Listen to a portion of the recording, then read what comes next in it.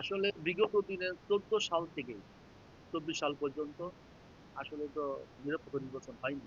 18 সালে নির্বাচন করেছি। আমাকে 18 সালে আওয়ামী লীগের একজন নেতা বলেন, হুজুর আপনি কোনো এজেন্ট দিয়েন না, যা ধরনের আমরাই দিয়ে দিব আপনাকে। তো আমরা তো এজেন্ট দিতে পারি না। এরপরে মনে করেন অনেক আমাদের ভোটারকে ঢুকতে দেওয়া হয়নি। এরাই নড়িয়াতে বিএনপি দিয়েছে 1টা ভোট, আমাকে দিয়েছিল 10-12টা ভোট নড়িয়া সেন্টার। এই হলো ইতিহাস। এরপরে মনে করেন 24 সালেও তারা আমাদেরকে বলছে যে 100% ফ্রি অ্যান্ড ফেয়ার নির্বাচন হবে, এই আশ্বাস দিয়েছিল। আপনারা নির্বাচনে আসেন, আপনারা বিএনপির দোষর হইয়েন না। আপনারা যদি নির্বাচনে আসেন তাহলে আমরা মনে করবো আপনারা বিএনপির দোষর।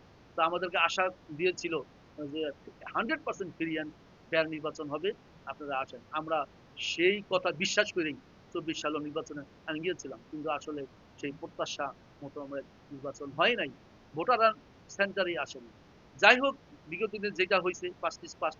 এখন এই বছর আমরা মনে করি স্বতঃস্ফূর্ত ভাবে জনগণ সেন্টারে আসবে, তাদের ভোট দিবে, তাদের তাদের যে পরিচিত ভোট, তারা যাকে ভালোবাসে, যেই ক্যান্ডিডেট ভোট দিতে দিবে, তারা তাকে ক্যান্ডিডেট ভোট দিতে আসবে।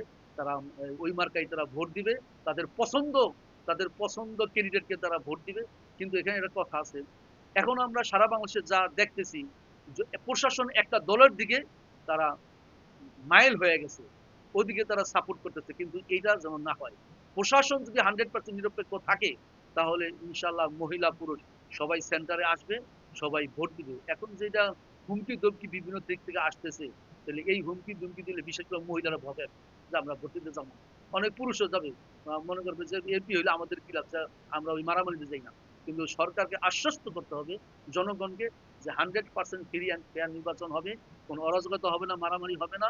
প্রশাসন যেভাবে নামবে, যদি সিসি ক্যামেরা থেকে প্রত্যেকটা সেন্টারে সিসি ক্যামেরা দিতে হবে, এবং যারা প্রশাসন থাকবে তাদেরকে ম্যাজিস্ট্রেটি পাওয়ার দিতে হবে, বিচারিক ক্ষমতা দিতে হবে। যদি পুলিশের কাছে দিবে আবার তারা ছুটে আসবে এরকম না, ওইখানেই শাস্তি ওইখানেই জেল, এরকম করতে হবে। যদি তারা এইভাবে করতে পারে, প্রশাসন নিরপেক্ষ থাকে, তাহলে ইনশাল্লাহ আশা করি যে সমস্ত ভোটাররা তারা নির্বাচনে সেন্টারে আসবে, এবং তাদের চয়েস যিনি, যে ক্যান্ডিডেট, যে মার্কা, সেই মার্কায় তারা ভোট দিবে, এবং নির্বাচনটা নিরপেক্ষ হবে। আর জনগণের কাছে চাওয়া হইলো, সমস্ত জনগণ, আমি কিন্তু টাকা দিয়ে ভোট কিনবো না। কারণ হইলো আমি দুর্নীতি করে টাকা কামাইনি। যারা নাকি টাকা দিয়ে ভোট কিনবে, মনে করেন নির্বাচনে তারা 10 কোটি টাকা খরচ করবে, নির্বাচিত হওয়ার পরে তারা 100 কোটি টাকা নিয়ে যাবে।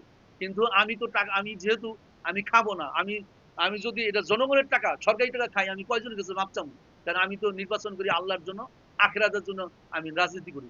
এই জন্য আমি টাকা দিয়ে ভোট কিনবো না। জনগণ আমাকে ভালোবেসে, আমি একজন আলেম হিসাবে, জনগণ ভালোবেসে এবং ইসলামের জন্য তারা আমাকে ভোট দিবে। আমি নির্বাচিত হওয়ার পরে আমি সরকারি 1 টাকাও খাবো না, জনগণের হক জনগণের কাছে পৌঁছে দিব, দেশে কাজ হবে। যদি মনে করেন আমি টাকা দিয়ে আমি নির্বাচনে 10 কোটি টাকা খরচ করি, তখন তো আমার এই টাকা উঠাইতে হবে। তাহলে আমি দেশের উন্নয়নের কাজ করতে পারবো না, জনগণের হক জনগণের কাছে পৌঁছাতে পারবো না। আপনি 500-1000 টাকা খাইয়া আপনার বিবেক থেকে আপনি বিক্রি করে দিলেন, ভোটটা দিলেন আপনি ইসলামের বাক্সে না দিয়া ইসলামের বিপক্ষের বাক্সে, তাহলে কিন্তু আপনি আর আপনার হক আপনি এই 5 বছর পাবেন না। ওই তাদের পিছে পিছে দৌড়াইতে হবে, 1 মাস ঘুরেও এমপির দেখা পাবেন না। আর আমাকে, জনগণকে বলতেছি, আমাকে 24 ঘন্টা পাবেন। আমি সুরেশ্বরের পোলা, এখানেই থাকি আমি। আমাকে রাত্র 2টা বাজে ফোন করলেও পাবেন, রাত্র 12টার সময় আসলে আমাকে পাবেন, যে কোনো সময় আমাকে পাবেন। আলহামদুলিল্লাহ, ইদানিং অনেক জনগণ আমাকে বলতেছে, হুজুর আপনি আমাদের দেশের ছেলে, আপনি আলেম, আপনাকে আমরা ভক্তি করি, এবং আপনি পীর সাহেব, আমরা আপনাকে ভোট দিব, যে কোনো সময় আপনাকে আমরা পাবো। অন্য অন্য ক্যান্ডিডেটকে আমরা পাবো না। আমরা বিগত দিনে দেখছি, ভোট দিছি, আসছে ভোটের সময়, পরে আমরা তার দেখাই পাইনি, কোনো কোনো আমাদের অধিকার আমরা পাইনি। আমরা আপনাকে ভোট দেবো। আশা করি জনগণ যেভাবে আমাকে আশ্বস্ত করেছেন, ইনশাল্লাহ জনগণ স্বতঃস্ফূর্ত হবে, আমি আলেম হিসাবে এবং আমার ইসলামী মার্কা, ইসলামী দল হিসাবে, এবং ইসলামের জন্য তারা আমাকে ভোট দিবে, তারা বিপুল ভোটে আমাকে ইনশাল্লাহ বিজয় করবে, এটা জনগণের প্রতি আমার প্রত্যাশা। এবং তাদের কাছে আমি দোয়া চাই, এবং বটগাছ মার্কায় আমি জনগণের কাছে ভোট চাই।